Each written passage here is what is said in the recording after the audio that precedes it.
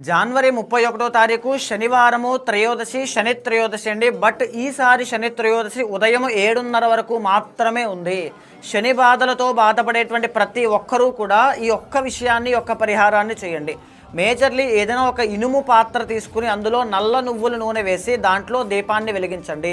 మీరు ఖచ్చితంగా నల్ల నువ్వుల నూనెతో దీపాన్ని పెడతారు శని భగవానుడి దగ్గర, కానీ ఇనుము పాత్రలో పెట్టండి. బికాజ్ శని అంటే ఐరన్ కాబట్టి.